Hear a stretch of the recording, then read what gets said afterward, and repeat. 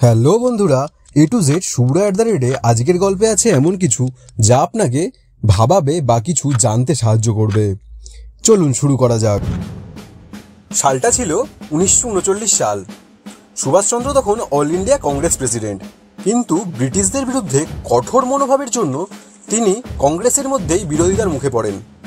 তিনি জানতেন কূটনৈতিক পথে স্বাধীনতা কখনো সম্ভব নয়, চাই সশস্ত্র সংগ্রাম। তাই একদিন গভীর রাতে গোপনে কলকাতার এলগিন রোডের বাড়ির থেকে পালিয়ে যান। সুভাষচন্দ্র জানতেন একবার বেরিয়ে গেলে হয়তো আর কখনো মায়ের সাথে দেখা হবে না, তবু দেশ আগে। পালানোর আগের রাতে তিনি চুপচাপ গিয়ে মায়ের ঘরে দাঁড়ান। মা তখন ঘুমিয়ে। তিনি একটু দাঁড়িয়ে থাকেন, চোখের জল ফেলেন, মাথা নিচু করে পা ছুঁয়ে প্রণাম করেন, আর এক নিঃশব্দ কান্নার মধ্যে ঘর ছাড়েন। এই ঘটনাটা নাটক না, সত্য। আর তখন থেকে তার মা তাকে আজও চোখে দেখেনি। একজন সত্যিকারের দেশপ্রেমিক নিজের স্বপ্ন, পরিবার, এমনকি মাকেও